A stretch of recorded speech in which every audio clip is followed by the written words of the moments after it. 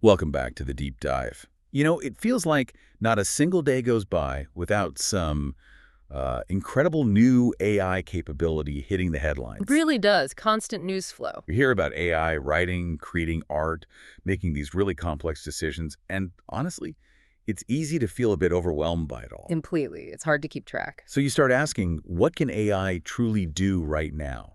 You know, how does it actually stack up against human skills? And maybe the big one, what does all this relentless progress actually mean for our jobs, for how we learn, for, well, society? It's a massive question, isn't it? And sorting through the, let's say, the hype versus the reality is genuinely tough. It is. That uncertainty, it feels like it's shared by almost everyone, you know, from individuals wondering about their careers, Yeah, definitely feeling that. right up to policymakers trying to figure out how to regulate this technology that's evolving so incredibly fast.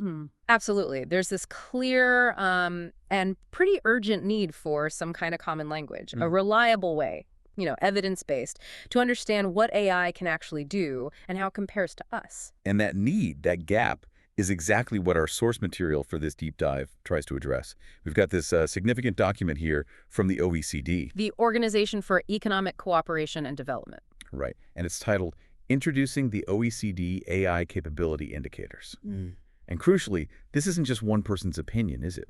It's a major international body trying to build a rigorous framework to make sense of this whole AI landscape. That's right. And the OECD, they have a history here. They've developed frameworks before for understanding human capabilities, like their work on comparative skill assessments, things like PISA and PIAAC. Okay, so they're bringing that experience to bear on AI. Exactly. They're leveraging that experience to create a structured way to look at AI, and importantly, not just in isolation, but specifically in relation to human abilities. Okay, so our mission today then is to take a deep dive specifically into this OECD document. Yeah.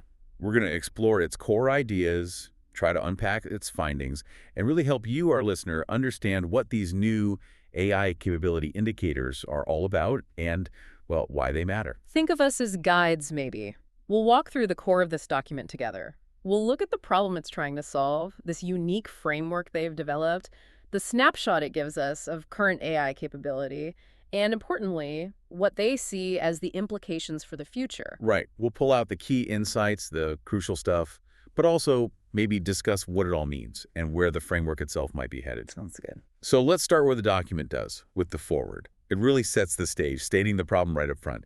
It says, and I'm quoting loosely here, far too little is understood about the advances of artificial intelligence, AI, and its implications. Yeah, straight to the point. It's clear they feel public understanding just hasn't kept pace with how fast AI is developing. And this gap in understanding, it's a problem everywhere. But the foreword specifically calls out education. It notes that while there's tons of talk about how AI might change how we teach, Right, the delivery methods. there's much less clarity on how AI changes what students should actually learn. What skills will they need to effectively complement future AI? That's a really interesting point. It's not just about tools, it's about the goals of education itself. Precisely. And the OECD argues that policy needs to be more forward-looking here. It needs to anticipate where AI is heading rather than just reacting after the fact. Okay, so that's the problem statement, and that's where their solution comes in. Right there in the foreword, they introduce their methodology, providing indicators along key dimensions of human capabilities to anticipate AI's evolution towards, and this is the key phrase, full human equivalence. And they've identified 9 core capability domains for these indicators. It's quite a comprehensive list. Let's list them. We've got language, social interaction, problem solving, creativity, metacognition, and critical thinking. Knowledge, learning, and memory, vision, manipulation, and robotic intelligence. Okay, quite a spread. And they emphasize these aren't just random categories. They map directly onto widely accepted human cognitive and physical abilities. That's the anchor. And they present these using 5-level scales. Level 1 is for capabilities that are, long solved, trivial for AI. Think basic calculation. Right, and it goes all the way up to level 5, which represents full human equivalence. And the forward points out, maybe obviously, that the capabilities currently hardest for AI, they're sitting at the top end of these scales, levels 4 and 5. This whole approach, they say, is explicitly grounded in human psychology.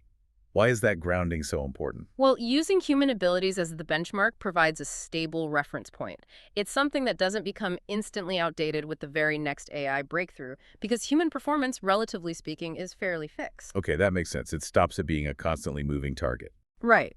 And it helps gauge AI's potential role across different parts of life education, like we mentioned, but also employment, civic participation, leisure, just everyday activities. Policymakers, they argue, need this kind of structured, future-oriented tool. It's also worth just quickly mentioning the scale of the effort here, which comes through in the acknowledgement section. This framework wasn't just dreamt up by a couple of people. Oh, definitely not. It involved a large internal team, plus this extensive network of renowned experts and computer scientists and psychologists. That mix seems crucial, doesn't it? Absolutely vital. To compare AI capabilities to human ones effectively, you really need deep expertise on both sides. It's not purely a technical assessment, it's a cognitive one, too. It needs that blend. Okay, that sets the stage nicely. Let's jump into the executive summary then. This section really drives home the context again, this post-ChatGPT world, November 2022 onwards. Yeah, the moment when AI impacts really captured the public imagination, maybe even more than before. Right, but where, as they say, understanding really lags behind the buzz. The summary emphasizes this need to grasp AI's transformative potential. And it reintroduces the OECD AI capability indicators, framing them as a result of this 5-year evidence-based effort, again, highlighting the large network of AI researchers and psychologists involved. They also mention a companion technical report written by 32 experts, reviewed by 25 more. It underlines the depth of the work. Yeah, they're keen to show the rigor behind it. The summary lists those 9 indicators again and really reinforces the idea of the 5-level scales. They frame it as this clear progression towards full human equivalence. And each level describes capabilities AI can perform accurately and consistently. That seems important. Very important, and backed by evidence. It's not just guesswork. A really critical point they make in the summary is the beta status of this whole thing. This document isn't being presented as the final definitive answer. No, not at all. They're quite upfront about that. They are actively inviting feedback, especially from critical stakeholders. Like who, specifically? Well, primarily AI researchers, who can provide the latest evidence on what systems can do, and policymakers, who are the ones who need to interpret and use these insights. But they're open to other groups, too. And the plan is to use this feedback to produce a first full version and then, crucially, set up a system for regular updates. Which you absolutely need with AI, right? It moves so fast. A static report would be out of date almost immediately. That transparency and willingness to adapt seems key. Okay, the executive summary also pulls out several key conclusions from this initial beta version. What are the main takeaways they highlight? Okay, first, they emphasize the OECD's unique role. As an intergovernmental organization, they have a certain accountability and authority. Plus, their experience with those comparative skill assessments, like PISA, makes them well-suited for this kind of comparative work. Makes sense. What else? Then their methodology. The conclusion here is that linking AI to human abilities is a successful approach. It leverages the available evidence. It's designed to be understandable, even if you're not a deep AI expert. Which is crucial for policymakers. Exactly. And it's still grounded in research and reflects that progression towards human equivalence. Okay. Third, the indicators themselves. They basically confirm that these 9 domains come from psychology, they were developed with a lot of expert input, and they're effectively captured in these 5-level scales that describe different dimensions or tasks. Right. And then we get to perhaps the most significant finding from this initial analysis: current AI levels. Yes. This is the big headline number, if you like.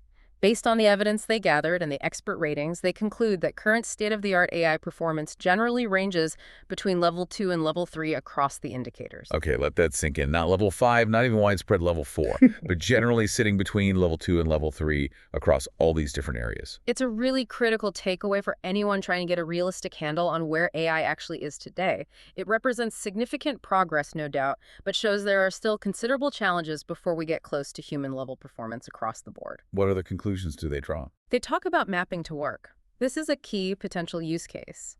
The idea is to link AI progress, as measured by these indicators, to the human abilities required in different jobs. How does that help? By analyzing the gap, the difference between current AI levels and the human capability levels needed for specific tasks or occupations, the framework can start to show how jobs might evolve. You know, where might AI assist humans versus where could it potentially automate certain tasks? And they're careful here, aren't they? They explicitly say this analysis provides the technical basis for broader discussions. Precisely. It shows what might be technically feasible, not what's desirable or inevitable, or what will definitely happen once economic factors kick in. This data is meant to inform those crucial policy and values-based discussions about how AI should be deployed. Which ties into the next point, implications for education. Right. Similar logic. The framework helps identify where AI could bring about transformational change in education. It gives a structured way to think about which teaching tasks might be reshaped by AI. Like automated grading or personalized tutoring, perhaps. Potentially. And also, which learning goals for students might need to change as AI capabilities advance. If AI gets really good at certain things, what should we be teaching humans to do? And again, they stress the values aspect. Yes, they're very clear. While the indicators highlight the technical feasibility for shifts in how education is delivered or what its purpose is, they don't prescribe the value decisions. Those decisions about curriculum, teacher roles, student competencies, those remain societal choices. It's a tool for informed decisions, not an instruction manual. Okay. Anything else major from the summary? Just that it includes a footnote with the OECD's working definition of an AI system, which is useful grounding. Ah, yes, footnote 1. It defines an AI system as basically a machine-based system that infers from input to generate outputs, predictions, content, decisions that influence environments, and these systems vary in autonomy and adaptiveness. It's a pretty broad but clear definition, covers everything from relatively simple predictive models right up to complex generative AI and robots. Useful to keep in mind as we go through the capabilities. Okay, that executive summary gives us a really good high-level view and flags the main conclusions. Let's move into Chapter 1 then. Overview of current AI capabilities. This is where we get more detail on that snapshot, that L2, L3 finding. Exactly. This chapter introduces Table 1.1, which is really the heart of this part of the report. For each of those 9 domains, it shows the current level the OECD experts assigned it, along with a short description of what AI can do at that level. And importantly, this reflects the state of the art as of November 2024. Right, that date stamp is crucial given the speed of development. And just to remind everyone, the 5 levels go from level 1, which is long solved, trivial, Like basic search retrieval. up to level 5, full human equivalence, Yeah. with levels 2, 3, and 4 showing those intermediate steps in development. And they made a really critical point here about how they actually assign a rating.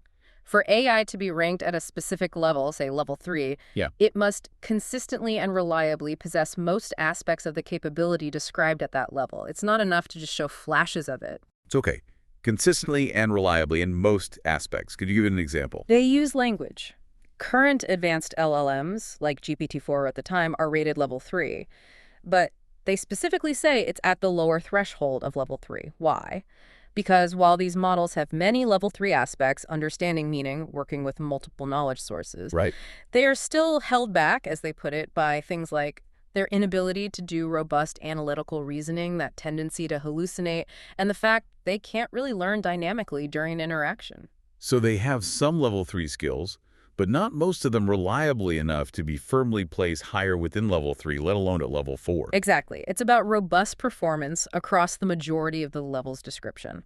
That consistently and reliably is doing a lot of work. It's not just about whether an AI can do something occasionally under perfect conditions. You mentioned hallucination. They call that a prominent failing of current systems. Yes, and it's interesting how they trace this single issue across multiple scales. It affects the knowledge, learning, and memory scale, where overcoming it is tied to reaching level 5. It affects language, linked to critical thinking needed for level 5, and it affects metacognition and critical thinking related to evaluating its own knowledge at level 3. So the same underlying problem shows up as a barrier in different capability domains. Right, which highlights how complex the issue is. It touches on different cognitive aspects. It also suggests different experts might see its difficulty differently depending on the lens they use. And maybe most importantly, it reminds us that achieving human-level performance isn't about fixing just one thing. It involves overcoming many interconnected challenges. Hallucination is just one piece of a much bigger puzzle. The report also explains why current AI levels mostly fall into this level 2 and 3 bracket. They say it's an indirect consequence of our approach. What do they mean by that? Well, the scales themselves were designed by experts to map out the major steps needed to get from very basic AI to human-level performance. So the steps that AI has largely achieved and can do reliably, those naturally fall into the lower levels, like 1, 2, and maybe early 3. Okay.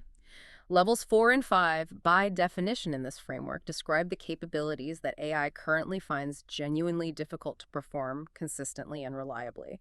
They represent the big hurdles remaining. So level 4 and 5 aren't just pie-in-the-sky future dreams. They represent the current known bottlenecks, the areas needing significant breakthroughs. That's a good way to put it. They are the next major milestones identified through this analysis of human capabilities.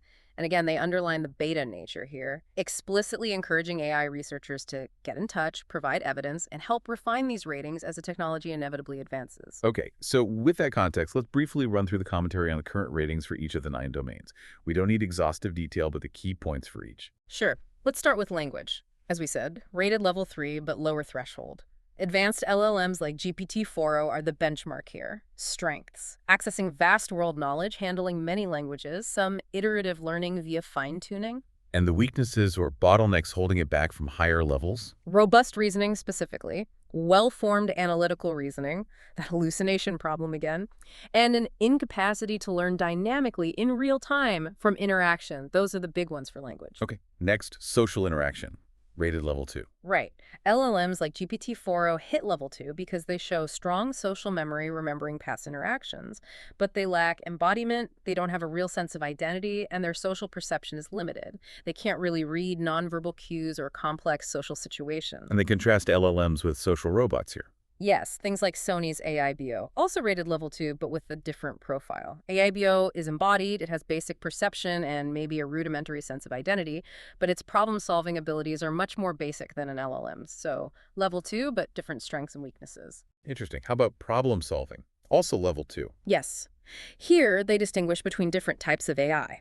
Symbolic AI systems, the kind used in logistics planning or software verification, can show superhuman capabilities, but only in very narrow, well-defined domains. That places them at level 2 overall. NLMs? LLMs can tackle problems expressed in natural language, which has the potential for level 3, but the report argues they are too brittle, prone to errors, hallucinations to be considered robustly level 3 for problem solving as of late 2024. They even note that early reasoning-focused models like the GPT-1 preview were seen as level 2 because of this brittleness. Later models will need further analysis. Okay. Creativity is interesting, rated level 3. Yes, level 3. They argue current systems can produce outputs that are valuable, somewhat novel, and occasionally surprising. The example they give is Google's AlphaZero, which used neurosymbolic methods to find genuinely surprising and efficient strategies in games like Go. But they make a distinction for typical generative AI, right? They do. They say that typical generative AI, like LLMs, are often only really at level 2 for creativity. Why? Because while they can produce useful and sometimes novel combinations of existing information, level 2, They struggle to generate outputs that are substantially distinct from their training data or existing knowledge. That truly surprising, transformative leap often associated with higher levels of human creativity. exactly. Their reliance on probabilistic patterns means they're great at remixing and extending, but less good at genuine paradigm-shifting invention, which requires more than just pattern matching. They often lack the intentionality and self-assessment needed for level 4 or 5 creativity. That's a really important nuance. Okay, metacognition and critical thinking, level 2. Yes, level 2 for most advanced LLMs. They show some capabilities here, like monitoring their own understanding to some extent or adjusting their approach if something isn't working. But what's missing for level 3? They struggle with critically evaluating the quality or reliability of their own knowledge, and they find it hard to integrate genuinely unfamiliar information that contradicts what they already know. Those are seen as level 3 capabilities. Agentic systems, which try to be more self-directed, also typically fall into level 2 here due to ongoing limitations in self-monitoring and adaptive regulation. Right, knowledge, learning, and memory. This one's level 3. Yes, LLMs and generative AI are seen as cutting edge here, placing them at level 3. Their core capability is generalizing from the vast amounts of knowledge they were trained on to understand context and generate relevant information. So what holds them back from level 4? Key things needed for level 4 include incremental learning, learning new things continuously through interaction without needing a full retrain, and having a metacognitive awareness of their own knowledge gaps, knowing what they don't know. Current systems largely lack these. Okay. Vision, also level 3. Right. Cutting-edge AI vision systems reach level 3. They can handle some variation in things like object appearance, lighting conditions. They can often perform multiple related subtasks, like identifying objects and their positions. And they can cope with known types of variation present in their training data. But not levels 4 yet. They identified some limited level 4 capabilities in certain systems, but the performance wasn't consistent or reliable enough for the rating. Unlike a level 4 system, current level 3 systems generally lack the ability to significantly improve their performance based on self-feedback from their own errors, or to cope robustly with large or unexpected variations they haven't seen before. Got it. 2 more physical ones. Manipulation, level 2. Yes, level 2. The classic example is a robotic arm in a highly controlled manufacturing setting. They can perform specific tasks, usually in structured, low-clutter environments.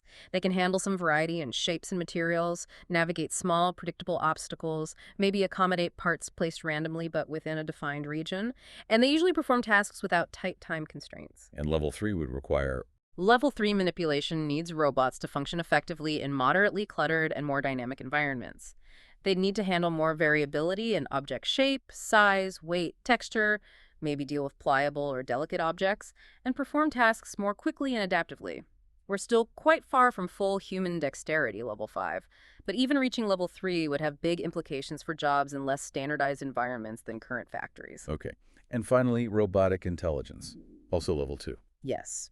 This overlaps with manipulation, but is broader, looking at the overall ability of robotic systems to operate autonomously.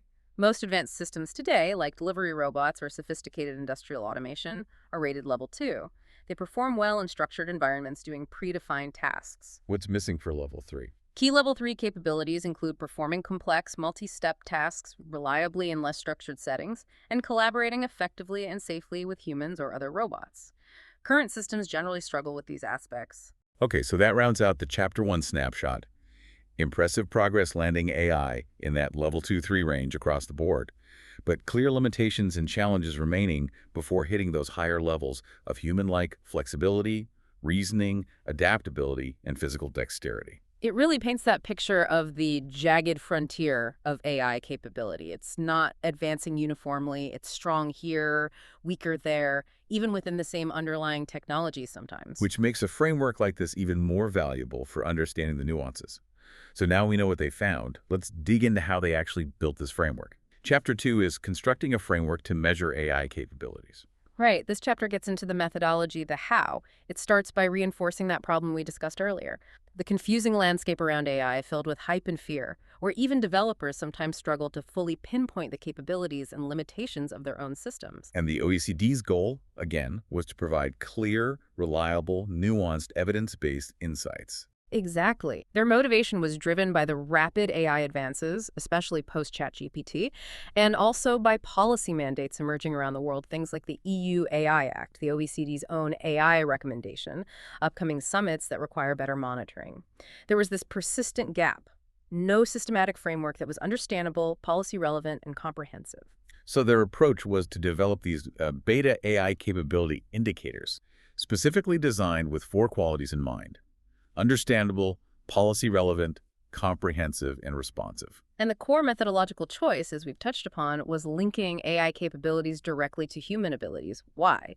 Because that's the key to gauging AI's potential role and impact in areas humans currently dominate: education, work, everyday life. And they explicitly contrast this with other ways of measuring AI progress. Yes, they point to existing frameworks like ML Commons benchmarks or the Stanford AI Index, which typically track AI performance on specific technical tasks without that direct comparison to the spectrum of human abilities needed for broader activity. What's the problem with just using benchmark scores? They argue that raw benchmark scores can be really hard for non-experts and maybe even some AI researchers to interpret in terms of what they mean for real-world tasks or jobs. Does a 10% improvement on benchmark X mean AI can now do task Y? It's often unclear. They even note that the 2025 AI Index apparently acknowledged a need for more rigorous evaluation beyond just benchmarks. So using the human baseline provides that stable, interpretable, conceptual framework. Right. Human performance levels are relatively fixed, so the framework itself remains stable and relevant even as the underlying AI technology changes rapidly. It provides a consistent yardstick. They also draw a distinction between their approach and, say, Anthropic's work with their AI economic index. Yeah, they mentioned that Anthropic linked Claude.ai's capabilities to some human tasks, primarily using chat interactions with the LLM to assess its ability relative to occupation databases like ONET. The OECD's approach aims to be broader, grounded in psychology, covering the full range of human abilities, cognitive, social, physical, across all occupations, not just those easily accessible via chat. And once again, they emphasize the beta status, acknowledging limitations, inviting collaboration to refine it. The weightings reflect late 2024.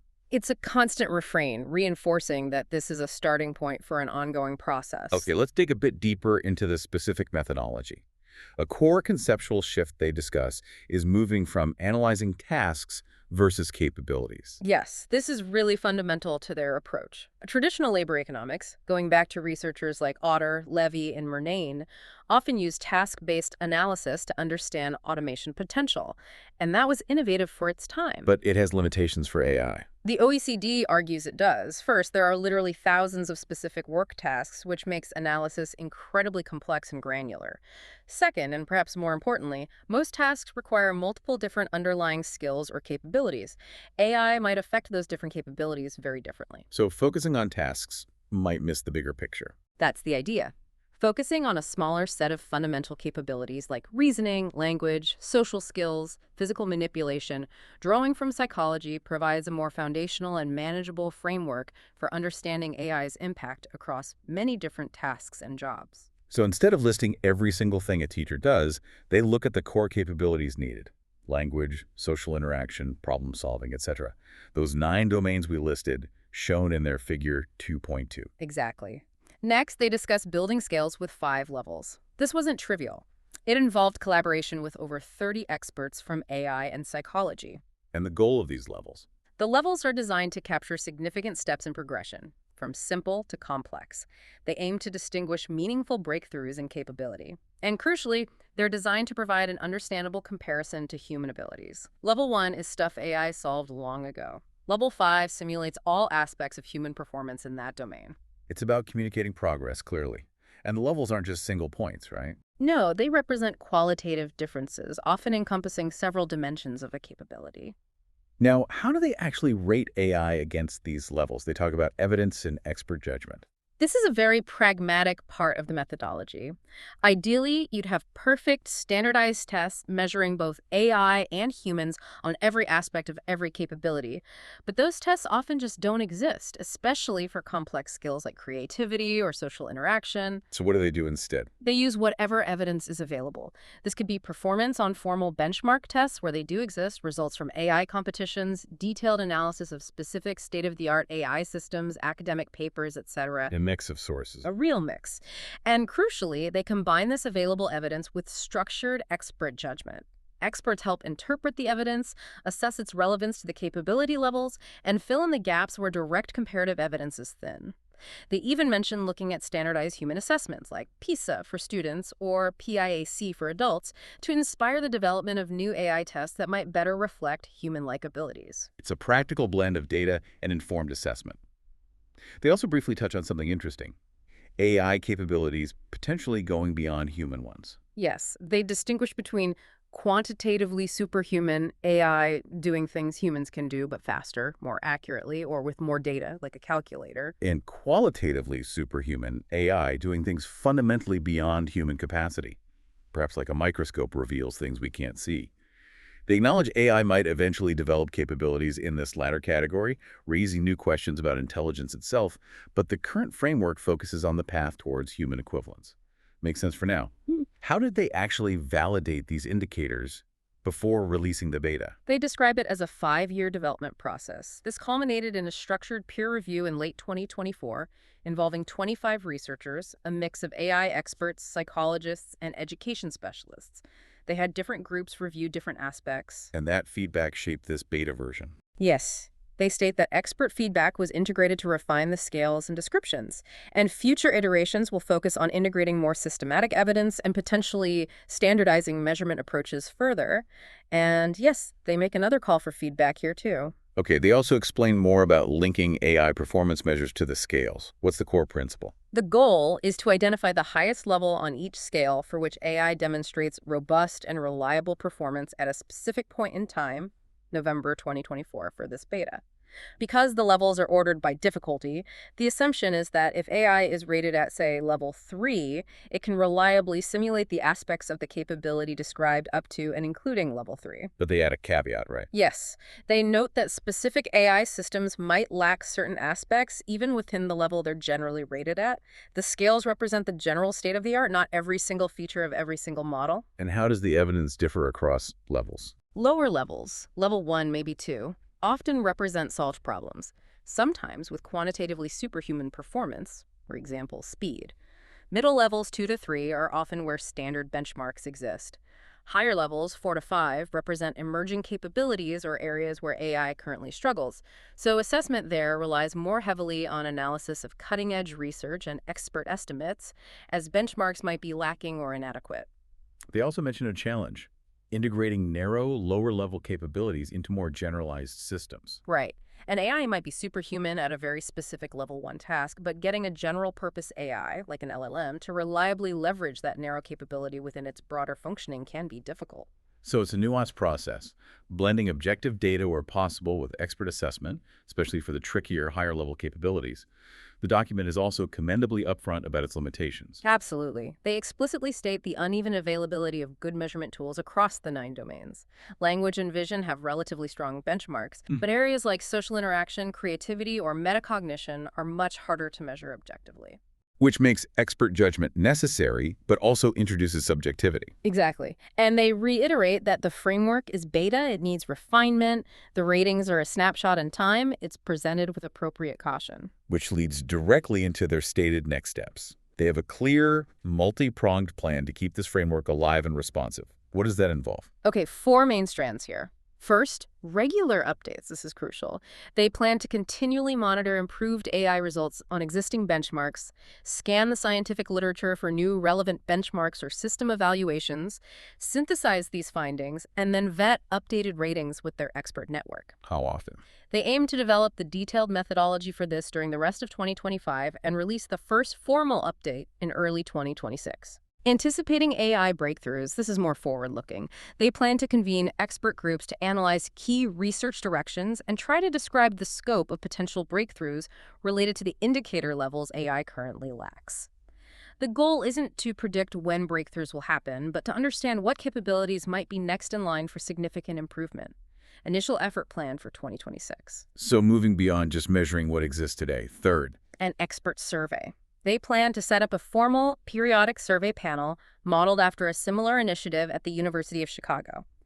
This panel of AI experts will regularly review and provide input on key statements about AI capabilities, particularly in areas where public benchmarks are scarce. what's the value of that? It complements the benchmark data, provides insights into less easily measured areas, and could offer early indications if researchers are starting to focus on capabilities previously seen as very difficult.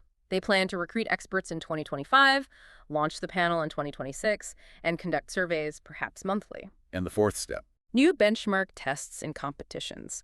This is more ambitious. They want to identify specific capability levels on their scales where existing tests are inadequate or non-existent. These represent critical monitoring gaps.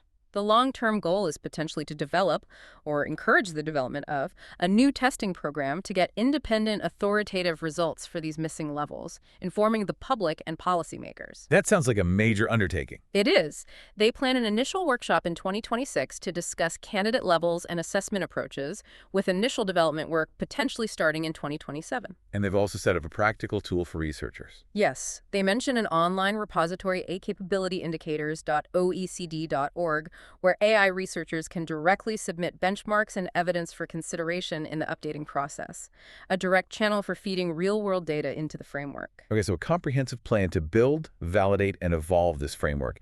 Now, stepping back, what do they see as the overall role of the AI capability indicators? What's the big picture purpose? Primarily, they see it as a crucial evidence-based tool for policymakers, something understandable, reliable, and useful for navigating complex issues and implementing policies like the EU AI Act or the OECD's own AI recommendation. And a key function is anticipating impact on education, work, and society. How does it help there? By clarifying what AI can actually do at different levels, the indicators help identify which capabilities, if achieved by AI, might raise significant ethical or safety concerns. Think about AI making high-stakes decisions autonomously without clear accountability. The framework helps pinpoint the capability levels associated with such risks. And the impact on work. As we discussed with the gap analysis, it provides a practical tool for systematically comparing AI capabilities against the demands of human jobs. This helps identify occupations or tasks more exposed to automation, allowing anticipation of economic impacts. But again, it's about assessing technical feasibility, not predicting inevitable job losses. It prompts analysis of the economic, regulatory, and ethical factors that also shape outcomes. And for education. It informs discussions about how AI might be used in teaching, and perhaps more profoundly, how student skills and learning goals might need to evolve. If AI masters complex cognitive tasks currently taught in schools, education systems need to consider what uniquely human abilities, practical, cognitive, social, ethical, creative, become most essential to cultivate for the future. They also mention a potentially very significant role, acting as a framework for defining and measuring AGI. What's the thinking there? Well, they acknowledge the debate and differing views and potential risks surrounding artificial general intelligence, AGI, but they argue that instead of relying on abstract definitions or single performance metrics, like outperforming 100% of humans on some benchmark, their framework offers a systematic way to track progress across the full range of human abilities. Why is that range important? Because AI development is likely to result in a jagged frontier, as some researchers call it, AI might be superhuman in some areas long before it reaches basic competence in others. Tracking this uneven progress across different ability domains is crucial for understanding the real-world implications. They suggest that reaching level 5 across all 9 capability scales could serve as a concrete, measurable benchmark for achieving human-level general intelligence. So it provides an empirically grounded way to assess progress towards AGI, potentially bridging the gap between public concern and technical reality, moving beyond just speculation. That seems to be the hope, grounding the AGI discussion in measurable capabilities. Finally, they talk about supporting actors' engagement. What does that mean? The goal is for these indicators to become a widely used global reference point for governments, academia, industry, civil society. To achieve that, they plan strategies focused on usability, like interactive online formats, developing practical tools, quantitative measures, but also qualitative things like those occupational vignettes we'll discuss, systematically tracking AI use cases, and continuously involving stakeholders. It's about building a shared understanding and facilitating dialogue between the technical community and policymakers. Exactly, bridging that gap based on evidence. Okay, fantastic overview of the why and how. We've covered the motivation, the methodology, the initial findings, the limitations, the future plans, and the intended role. Now let's briefly touch on Chapter 3, which presents the detailed OECD AI capability indicators. We obviously can't read through all 9 scales and all 5 levels for each. No, that would definitely be a textbook reading. The full report is there for that level of detail. But maybe we can just dip into a couple of examples to get a better feel for the progression within the scales. What do these levels actually mean in practice? This chapter provides the full descriptions that underpin those summary level 23 readings we saw in Chapter 1. Exactly. It's the detailed rubric. Let's take language again, Table 3.1 in the report. We know current AI is rated lower level 3. What's the qualitative jump, say, from level 2 to 3? And then what's needed to get from 3 to 4? Okay, so level 2 language systems, according to the scale, handle things like basic grammar, extracting simple meaning, often working with just a single source of knowledge. Think basic machine translation for simple sentences or a grammar checker within a single document. Pretty limited. Relatively. The leap to level 3 is significant. This is where AI can reliably understand nuanced meaning, synthesize information across multiple sources of knowledge, incorporate some basic reasoning into its language processing, and handle most common modalities like text and speech across many languages fairly well. This is your advanced LLM territory, capable but flawed. Right. So getting from that current lower level 3 state up to level 4. Yeah. What does that involve according to the scale? Level 4 requires much deeper contextual understanding. It means working effectively with web-scale, complex, potentially contradictory knowledge, handling all modalities seamlessly, text, speech, image, maybe others. And crucially, learning continuously from interaction without needing periodic large-scale retraining. It implies a much greater degree of real-time adaptability, common sense integration, and deep comprehension that current LLMs just don't have consistently. That sounds like a major leap, especially the continuous learning part. Okay, let's switch gears. How about something physical, like manipulation? That's table 3.8 and currently rated level 2. Right. So level 1 manipulation is described as very basic, highly repetitive tasks in perfectly structured, unchanging environments. The classic example is a simple robotic arm on an assembly line doing the exact same pick and place motion every single time with zero variation allowed. Fixed and rigid. Totally. Level 2, where current advanced systems are generally rated, shows more adaptability. These systems can typically handle environments with low to moderate clutter. They can accommodate objects placed randomly, but usually within a defined expected region. They can handle some variety in object shapes or materials, though often struggle with very small, very large, pliable, or transparent reflective objects. And they can navigate around small, static obstacles. Think of a more advanced factory robot picking slightly varied parts out of a bin, but still within a generally controlled setting. Okay, still quite constrained compared to humans. What would level 3 manipulation look like? Level 3 requires robots to adapt successfully to moderately cluttered and more dynamic environments. They'd need to be able to select target objects, even when partially obscured or amidst distractions. They'd need to handle a much broader range of object materials, shapes, weights, and surface properties, including challenging ones like slippery or deformable items. They'd need more dexterity, maybe reorienting objects skillfully in hand, and they'd need to perform these tasks within moderate time constraints, adapting on the fly. It's a significant step up in dealing with the inherent messiness and unpredictability of many real-world environments. And level 5 would be full human-level dexterity and adaptability in pretty much any environment. Exactly. We're still a long way from that. Let's do one more cognitive one, problem solving, table 3.3, also rated level 2 currently. Okay. Level 1 problem solving deals with highly structured domains where everything is precisely defined. Think solving mathematical equations or planning moves within a perfectly defined digital simulation, like a game with fixed rules. Very formal. Yes. Level 2, where specialized symbolic AI systems excel, involves integrating some qualitative reasoning, like spatial or temporal relationships, with quantitative analysis to tackle complex but still well-defined challenges. They can often envision future states and plan sequences of actions within these defined domains, like optimizing a supply chain or verifying software code. And where do LLMs fit in here? Well, current LLMs attempt tasks that fall under the level 3 description solving problems described in everyday language, maybe requiring some social reasoning or common sense. Think word problems or simple planning tasks described narratively. However, as we discussed, the OECD rates their performance on these tasks as too brittle and unreliable as of late 2024.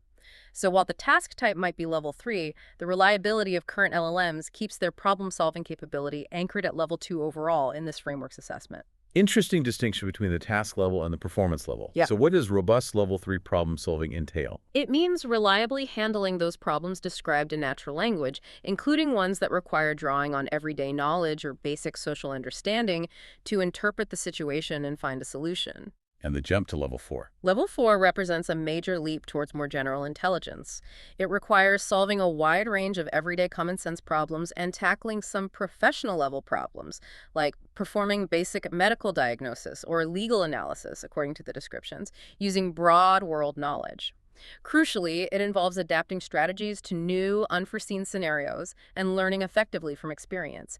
It demands reliably leveraging social, psychological, and physical knowledge in unstructured, open-ended contexts. That sounds like it requires a much deeper, more flexible understanding of the world than current systems possess. Absolutely. It's a huge jump in common sense reasoning and the flexible application of knowledge. Okay, thank you. That gives a much better flavor of the progression within these scales and the granularity of the framework.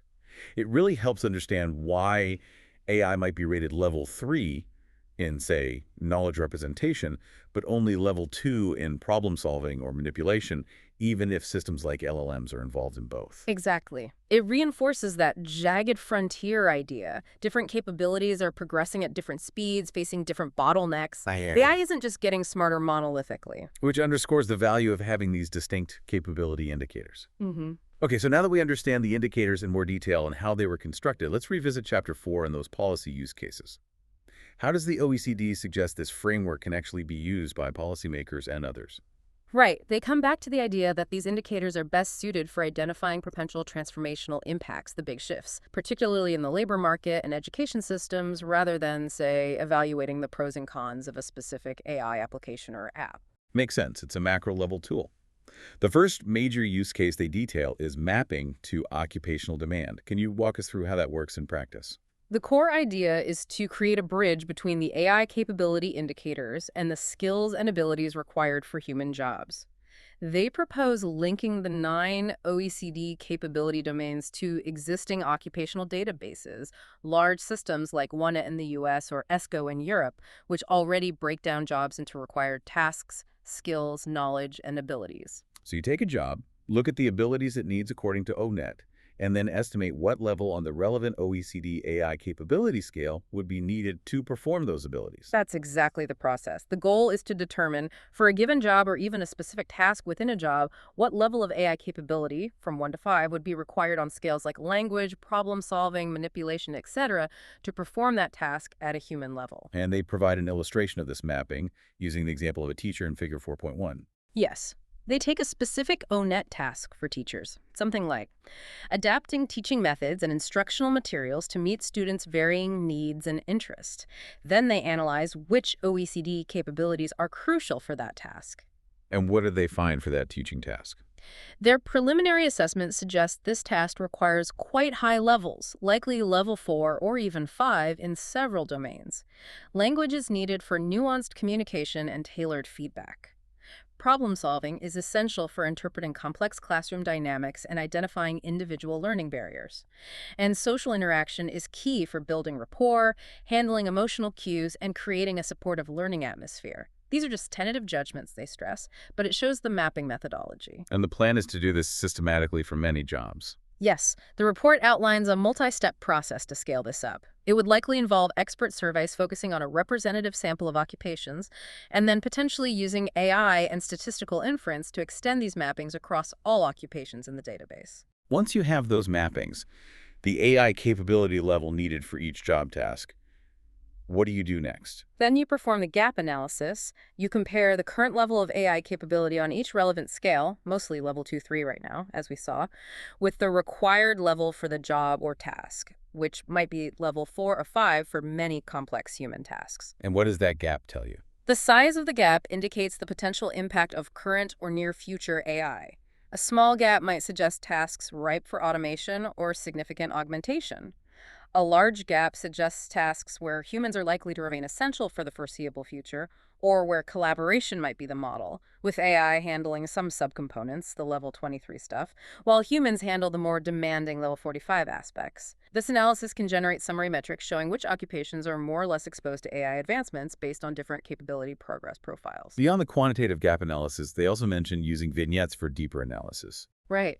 These are detailed narrative scenarios developed and vetted with stakeholders like industry experts, educators, and AI researchers, designed to illustrate how specific job roles might actually change in practice as AI capabilities evolve. They add qualitative richness to the quantitative gap analysis. And they include an example vignette, the pandemic response vignette in box 4.1. What does that illustrate? It describes a hypothetical scenario where a sophisticated AI system detects a novel mosquito-borne disease outbreak and plays a central role in recommending a response. The vignette details the AI's capabilities, analyzing diverse data streams, news, climate, biological, modeling disease spread, designing experiments run by robotic labs, analyzing biomedical data to hypothesize pathways, identifying the vector, proposing treatments, even managing medical supply chains and accelerating vaccine design. Sounds like a very capable AI. It is. But importantly, the report notes that this vignette depicts AI operating primarily at the mid-level, around level 3, of the problem-solving scale.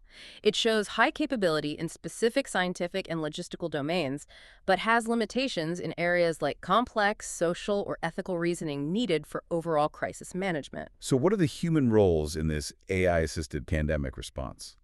The vignette highlights complementary human roles: directing the overall effort, making critical ethical decisions, administering clinical protocols, physically distributing vaccines, requiring manipulation skills AI lacks, and crucially, employing sophisticated social and ethical skills for communication, public trust, managing panic, and fostering interagency cooperation. The indicators help dissect that complex scenario, showing where AI contributes based on its specific capability levels and where distinct human skills remain indispensable. That's a powerful illustration. Okay, building on this occupational analysis, the chapter then revisits the implications for transformational change in education using Figure 4.2. How does the framework help analyze potential shifts in education? It provides a structure, Figure 4.2, for examining how advancing AI capabilities might impact both the delivery of education, the how, and the purpose or goals of education, the what. Informed decisions require considering both. What are the two key types of potential transformation they identify? First is education delivery. If AI becomes capable of performing substantial teaching tasks currently done by humans, things like providing instruction, giving personalized feedback, maybe even some assessment, then the role of the human teacher is likely to shift significantly. Towards what? Perhaps more towards mentoring, motivating students, facilitating collaborative learning, and focusing on the crucial interpersonal and socio-emotional dynamics in the classroom. It could redefine the teacher's function and the whole learning experience. Okay, that's the how. What about the student learning goals? Here, the argument is that educational goals are often implicitly linked to the tasks and capabilities needed in adult life and work. If AI becomes highly proficient at performing tasks that currently form the basis of student assessment, they mention AI potentially outperforming students on PSA-like assessments, Right. then education systems need to reconsider what knowledge and skills are most important for students to learn. Some traditional goals might lose relevance if AI can do them easily, while others, perhaps creativity, critical thinking, ethical judgment, collaboration, adaptability, skills where AI is currently weaker, level 23, might become even more important to cultivate. But again, they emphasize these aren't automatic changes dictated by the technology. Absolutely. They reiterate that value judgments are central. These potential shifts in teacher roles or learning goals aren't just technical questions of what AI can do. They involve fundamental societal choices about what we value in education, what kind of future citizens we want to nurture, and what the role of human interaction should be. The indicators highlight the technical feasibility and likelihood of certain shifts, providing crucial input for these broader, value-laden discussions, but they don't provide the answers themselves. It frames the questions we need to ask. And they mention plans for future work here. Yes, the OECD plans to explore these possibilities further, likely using more scenario-based analyses, perhaps vignettes similar to the pandemic one, but focused on teaching roles and student expectations to help guide policy discussions. More detail is apparently in the companion technical volume. Okay, so the conclusion of Chapter 4 really brings it together. Yes, it reinforces the main message. The indicators offer a simple yet potentially powerful tool. They're informed by evidence and expert opinion, designed to be understandable. They provide a framework for anticipating AI's impact, particularly on work and education. They can help measure progress towards AGI in a grounded way. They offer a stable reference point based on human capabilities. And crucially, linking AI levels to the demands of tasks and jobs shows where change is most likely, but also where human roles and skills are likely to remain essential. Right. They act as signposts for AI researchers, highlighting areas needing better testing and development, and as a communication tool for policymakers, flagging capabilities that raise concerns or require strategic evaluation. The work is just beginning, they say, but it will continue. It really feels less like a finished map and more like, as you said earlier, a compass they're developing and refining to help us navigate this complex territory. I think that's a good analogy, a tool for orientation. And that brings us towards the end of our deep dive today into the OECDs, introducing the OECD AI Capability Indicators. We've really walked through it, haven't we? From the motivation trying to bring some clarity and structure to this often confusing AI landscape, Right. through its quite unique approach of comparing AI capabilities directly to human ones using that 9-domain, 5-level framework we've discussed. And we've unpacked their key initial finding. that current state-of-the-art AI, as of late 2024, generally falls into that level 2 or level 3 category across these diverse capabilities. It's doing impressive things, but faces clear bottlenecks before reaching higher levels of performance, especially in areas like robust reasoning, true creativity, dynamic learning, and dealing reliably with the complexities of the unstructured real world. And we've spent time discussing why this framework matters, how it provides a structured, evidence-informed way for policymakers, educators, businesses, and really all of us to think about the potential implications. Implications for jobs, for education, for the very nature of human skills in an AI-influenced future. It helps identify where transformation is technically feasible, and also helps highlight where human abilities seem likely to remain crucial. It's also really important to remember, as the OECD stresses throughout, that this is a beta version. It's designed to evolve. They're actively seeking feedback. They're planning regular updates. They're developing new research tools like surveys and benchmarks, and they want ongoing expert engagement. This isn't the final word by any means. No, it's a foundational step, an attempt to create a shared evidence-based language for understanding AI's progress, moving beyond anecdote and hype. Gives us a much more nuanced picture than just hearing about the latest impressive AI demo. It grounds the conversation in a comparison we can all intuitively grasp. How does AI actually measure up against the range of human capabilities? So as we wrap up, maybe here's a final thought for you, our listener, to ponder. It picks up on that idea we discussed from Chapter 4, the gap analysis. Hmm. Take a moment to think about the key skills required in your own life, maybe in your work, maybe in your studies, maybe even in your hobbies. Yeah, think about the capabilities you use every day. Is it primarily language, problem solving, social interaction, maybe creativity or physical manipulation, or one of the others we explored from the 9 domains? Now, considering the OECD's framework and the current level 2 and 3 capabilities we've discussed today, where do you see AI already performing at a level that's perhaps approaching or complementing or maybe even challenging your own abilities in some of those specific tasks or activities? And maybe think about the flip side too. Which of your uniquely human skills, perhaps those complex, nuanced level 4 or level 5 abilities involving deep reasoning, ethical judgment, empathy, complex physical interaction, true originality, which of those do you think will remain most indispensable, most valuable in your own context, regardless of how far or fast AI progresses in the coming years? It's a powerful lens, isn't it? To turn the insights from this OECD report inward and reflect on our own capabilities in relation to this evolving technological landscape, definitely something to mull over. Indeed. Food for thought. Well, thank you for joining us for this deep dive. We hope it provided some clarity and useful perspective on this important OECD initiative. Thanks for listening.